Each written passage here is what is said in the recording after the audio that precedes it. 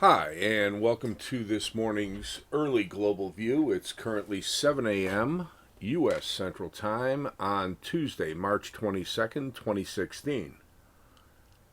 And we're back with a global view, first one since last Thursday, because facts on the ground and things in the markets are evolving enough to warrant it.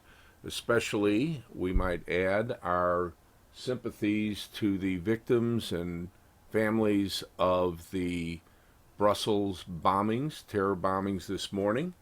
But as we will see, while that is indeed a human tragedy, it really has not affected the markets all that much. And that especially means the equities are remaining quite resilient, and in a kind of perverse way, this is further bad news, but after the central bank influences of the last 2 weeks, bad news is good news once again. So we have to ask, what does all this mean to the markets? And in the event, we have an S&P 500, June S&P, been grinding its way up since it's got above the 2010 to 2020 range last Thursday on the extended response to what the FOMC did the day before, and worked its way up slightly above 2035 overall, but not dramatically. Feeling a bit toppy there. But this morning, in fact, it's only back down to, and this is pretty incredible, 2035. Now, this was the next interim resistance. Again, it ground its way above it.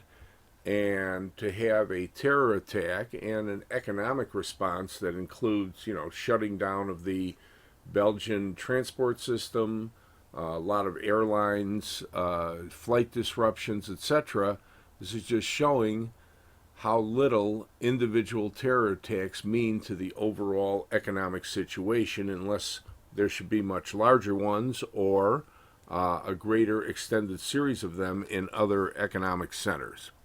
Now, what do we look for from here? Well, even if it slips back below 2035 area, you have that overrun significant support. We'll see more on that when we look at the intermediate charts back at 2020 to 2010, which was very interesting because, of course, at a $10 discount to the front month March, before March expired last Thursday, this market first stalled into to slightly above 2010 and played around with it. That leaves quite a bit of congestion there.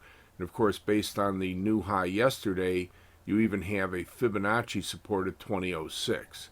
If the market should recover, push up further, you have interim resistances 2050, 2060. The big resistance doesn't come in until 2075 to 85. And the other thing that's going to be very notable about whether it weakens further today or stabilizes and starts heading back up is the way in which the hourly MACD had slipped just slightly below the upper runaway band but recovered to be above it. So if we only get a lower opening today and it starts getting the bid back, it can probably feed on itself on the upside.